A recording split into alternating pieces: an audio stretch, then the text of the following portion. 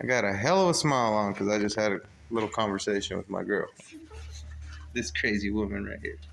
I love her to death. See, she flips me off. Why is she flipping me off?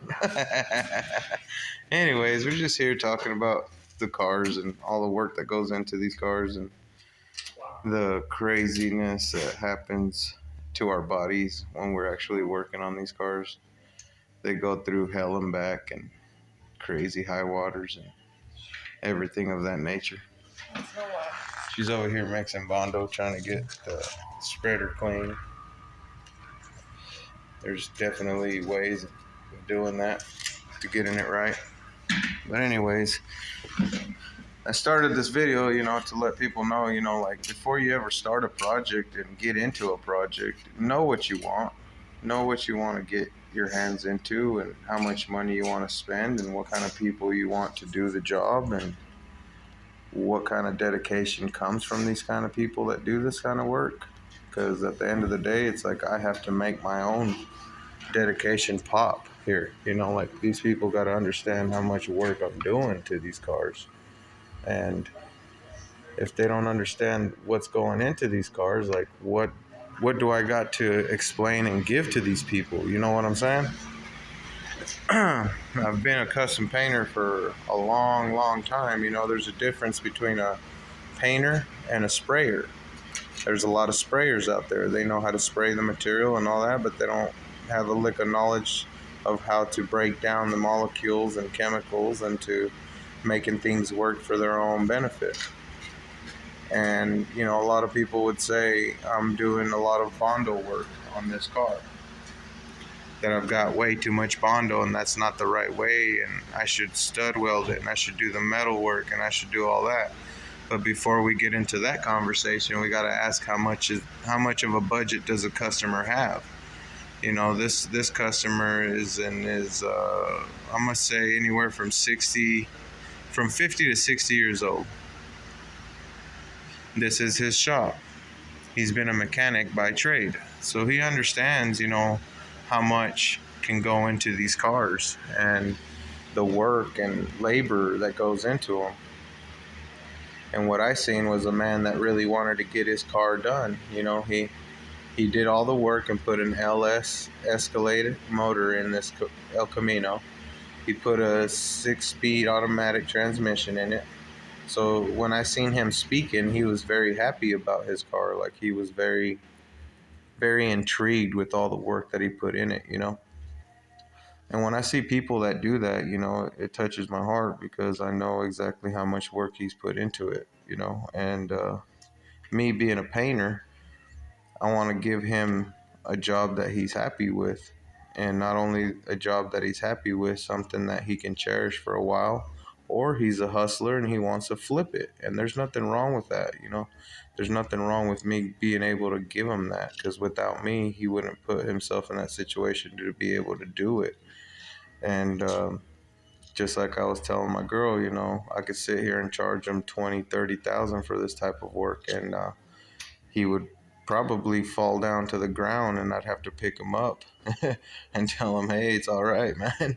But, all in all, I understand how long and what kind of work goes into it. So my mind and my intelligence is telling me just get on it, do it as fast as possible, do the best quality available, do what you do, Victor, and give them the best knowledge that you have to do this application. So that's what I did. I told him to buy several gallons of Bondo. It's not that I'm going to cake it up and it's going to be a walking concrete vehicle, but I'm going to skim coat it from edge to edge because I know these cars have factory waves in them. Every piece of metal that gets stamped literally has a little spot in it that has a ripple or a wave. So when I coat it from one edge to the other, I am getting rid of all them little imperfections and I'm making something look beautiful, making it look like a piece of glass. And when I do it, my procedure is to put it on, but take off as much as possible too. I don't want it to be full of Bondo either. I want it to have just enough Bondo on there that if I'm putting a gallon, I would like to only have a pint of it really on the car, stretched out in a big phase, you know. So that's the whole mindset behind it. But at the same time, when I do that, I'm using the blocks to ensure that it is straight and, working as great as possible. So, with that being said, I'm blocking and blocking and blocking and blocking, because if I was just to spot do it, meaning I would put Bondo on where I know there's a dent at, and I would feather that out, and then take me an hour and a half to do that, and then go chase another one and fill it and do the same thing, and have 6 hours on one fender when all I needed to do was skim coat it and put 1 hour's worth of time and be done with it. That makes better sense. And as long as it's in bare metal and I put my body filler over it, I know it's prepped correctly.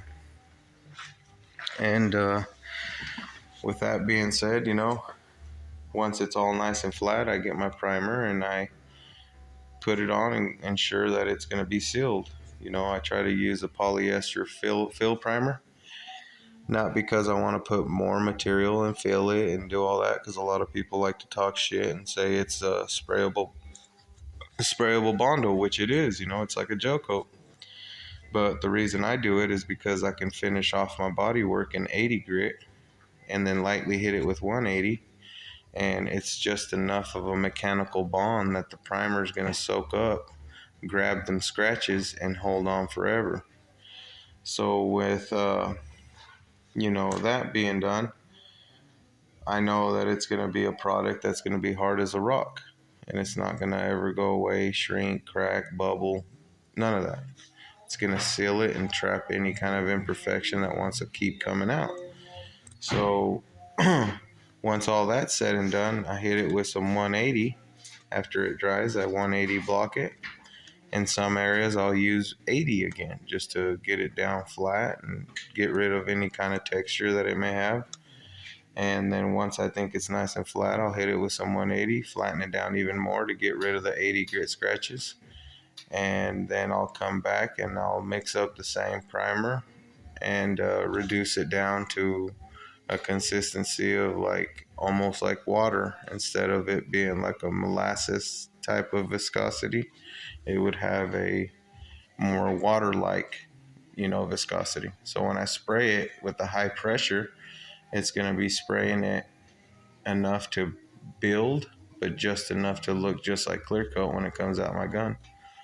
And with that being said, it'll look, beautiful. It's almost like all the blocking that I need to put on it's already been done with my paint gun. And once I get it nice and flat like that, and I've got a finished sand of 320 dry sand, I'll come back with 500 and water sand it.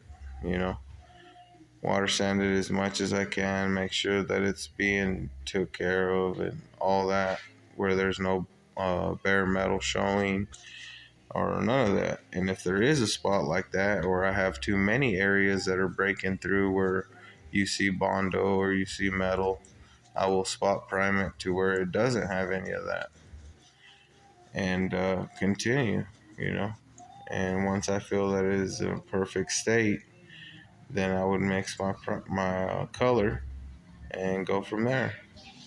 But a real smart painter, not a sprayer, would literally get his primer or sealer and tint it. He would add the same color. In this case, this color is going to be black. This car is going to be a black finish.